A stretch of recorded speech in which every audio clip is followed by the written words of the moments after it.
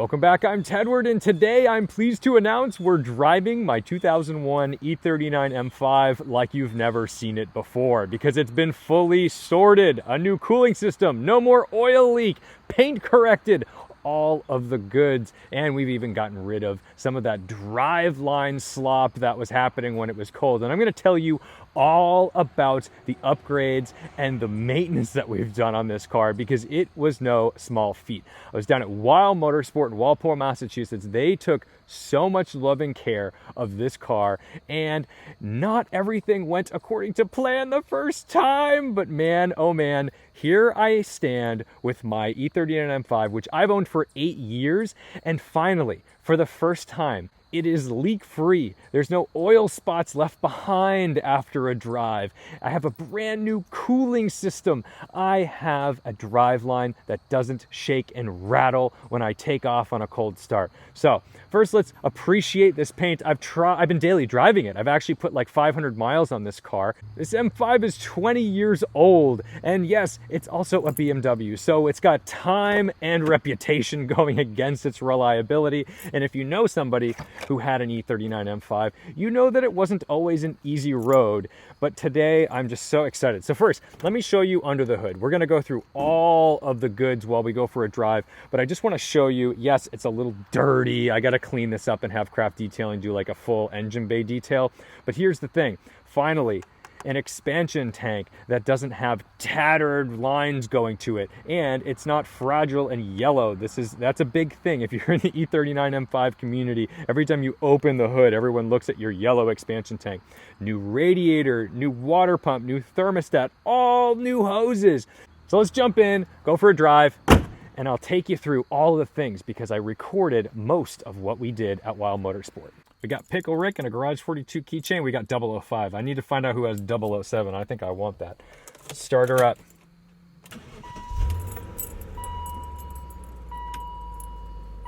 Oh yeah, so we've just been out for a drive, so we've got good oil temperature and a cooling needle that's pretty much dead in the middle, a touch to the left, but that's fine, because I know a lot of you guys called me out earlier for my probably faulty thermostat in the past being a little bit cold. Never too cold though.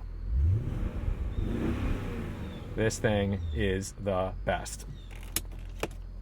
So I should probably upgrade this. That'd be really cool. But let's talk about what we've done with this car, because it needed quite a bit to be a reliable thing.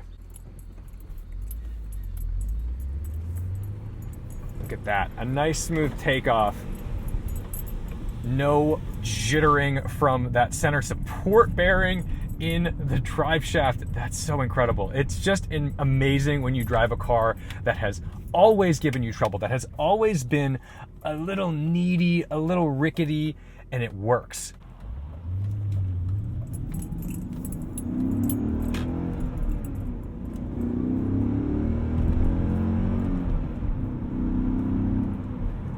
So here's the thing, when I went to Wile Motorsport and asked them to take on this project, my goal wasn't just these specific things. My goal was, I want this car to be able to drive, let's say, from Boston to Pittsburgh, that's 10 hours, with nothing but fuel. I don't want a tow truck. I don't want to risk anything. And they said, no, it could do that right now. So I said, wait a minute, let's rephrase this. I want your grandmother, who doesn't have a cell phone, to drive at night to Pittsburgh.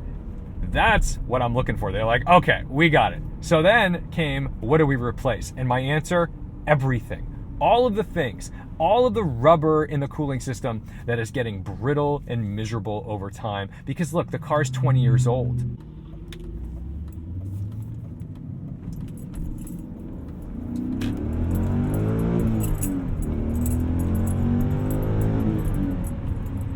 So here we are, a classic, just the best. So the project was twofold. There were maintenance issues and there were broken things. The maintenance was all preventative, because at some point this cooling system was just going to let me down. There was going to be a broken radiator, a failing water pump, not necessarily the impeller, but the bearing on that water pump can go bad, a thermostat failing, and of course, any of the rubber hoses that are in there that are gonna fail. Also, rubber hose going up to the power steering pump looked really ugly, so we needed to make sure we were replacing all of that. And This is not inexpensive stuff. This is all stuff that you've got to really kind of pay up for. There's a lot of parts involved.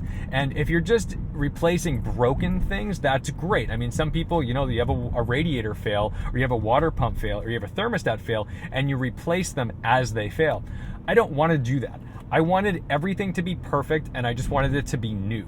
So on the day we got all the parts and we were ready to dig in, we start taking everything apart and we pull the new water pump out of the box. And of course, what everyone considers as like the most robust part of this cooling system is the metal impeller on the water pump. It's cracked. Someone must have dropped this in the distribution center or in the assembly and just put it back in the box. So that we had to wait. There were definitely some hiccups in terms of parts and making sure that, we had the right things and the best things we could use. So Evan, my mechanic, went through this car top to bottom, making sure that that cooling system was up to snuff and that nothing was going to fail. Essentially, now I can trust this car for quite a few years and a lot of miles because everything is new.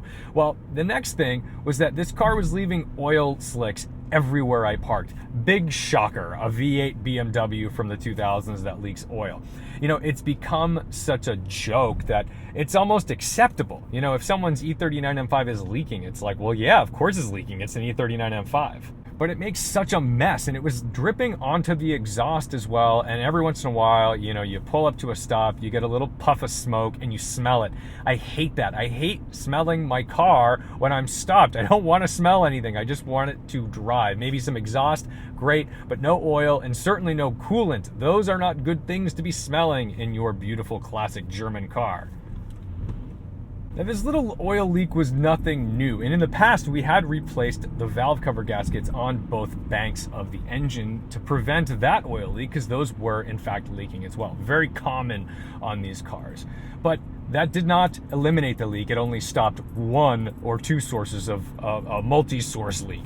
So here's the thing. My parents just poured a brand new driveway. This car is no longer allowed to park there ever if there is a drop of oil underneath it, and I'm getting sick of driving a car that's leaking. So we went and inspected it, and originally I knew that it was leaking between the bell housing and the transmission. You could watch it. I could see it dripping. And so my initial fear was rear main seal. And then we started looking a little deeper. We're looking through that peephole in the bell housing, and we're not seeing oil really on the flywheel, which oil on the flywheel would pretty much indicate a rear main seal leak. But this is where we started thinking maybe there was an upper oil pan leak, which is not exactly any more convenient, because an upper oil pan leak means you've got to drop the entire front subframe, the oil pan, and by the way, we did all of this. We did get to that upper oil pan gasket and we replaced it. And I thought, this is wonderful. We have solved the problem. But of course, nothing on this car is ever easy. So when I brought the car home after driving it about 60 miles, there was an oil drip under the car. Oh, so we brought it back, and that's when we had to make the final call and just say, yep, it is in fact also a rear main seal. So Wile Motorsport gets the car back, they drop the transmission, the exhaust again, and they replace the rear main seal. And I've put about 500 miles on this car since then. And so far, I've been under the car quite a few times. Cardboard lived under it for many a night. And so far, not a single drop out of this thing. But while it was there, I didn't just want to do some preventative maintenance and make sure that it was not going to leak oil. I also wanted to shore it up a little bit and make it tighter, because this car has been giving me some troubles. Now, every time I would jump in it, you'd hear a bunch of slack and rattling in the driveline. And that was very, very frustrating. I did not like that. And it's just, in a car that's supposed to be the classy gentleman's cruiser that the M5 is, that's not the vibe.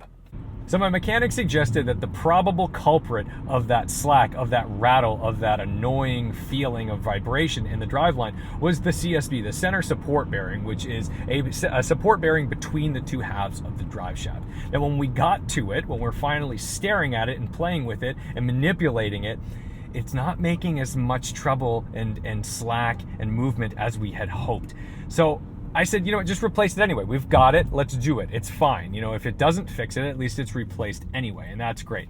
But this mentality of just replacing all of the things that could be bad or are going to go bad, that's where my head was at, because I just wanted everything to be good for like basically my next generation of driving this car, of owning this car. And that's where it sits now. Right now, this drives better than it has ever driven in my ownership experience, and I'm blown away at how much a host of all these small little parts going into it made a much larger significant difference. I mean, we did even shifter bushings, engine motor mounts, all of these things all added up to a package that now feels really complete and solid. So the next steps on this car, because it's never going to be done, you know, we're going to kind of go and just do big chunks at a time. But the next steps will probably be the suspension and the brakes, because I would like to do a full suspension refresh. I would love new dampers, and that would be massive on this car. It would probably feel a million times newer. And these brakes, while they're certainly functional, they always felt a little underpowered. I'm not so sure I want to go with a big brake kit or just completely replace them, so that way, you know, we've got new fresh calipers and all that good stuff. But, you know, at the end of the day, right now the car is reliable and drivable, which is not something I've ever been able to say. It's always been a car where I'm waiting for the next puff of oil, I'm waiting for the next drip, I'm waiting to see if a coolant hose is going to blow up in my face and just end a trip. And frankly, I just want to drive it. I like driving this car. And that's exactly what I'm able to do now that Wile Motorsport is taking care of it. Last summer, I was ready to sell this car. Last summer, I actually had someone come and look at it, and I gave him the list. I mean, I literally showed him everything that I believed to be wrong with the car and all the things that I would assume he should replace. And I put a price on it. I said, look, this is what you're going to end up having to put into this car. And, you know, he walked. You know, I didn't want to sell this car. I just wanted it to be a good one. And now I've got a good one because we've created a good one.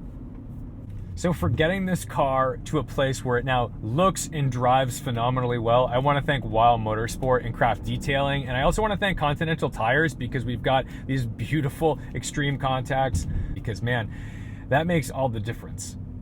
And now I can actually focus on what it's like to drive the car instead of what's that noise, what's that leak. So I'm gonna go sit in traffic in my reliable M5. Yes, I'm actually gonna sit here at idle and not be worried that I'm gonna bust a coolant hose and piss oil all over my exhaust and asphyxiate from the fumes coming through the HVAC system. What a joy. Thank you so much for watching, liking, commenting, and subscribing. Don't forget to respect the drive, and I'll see you in the next one. Oh, I'm so glad I kept this car.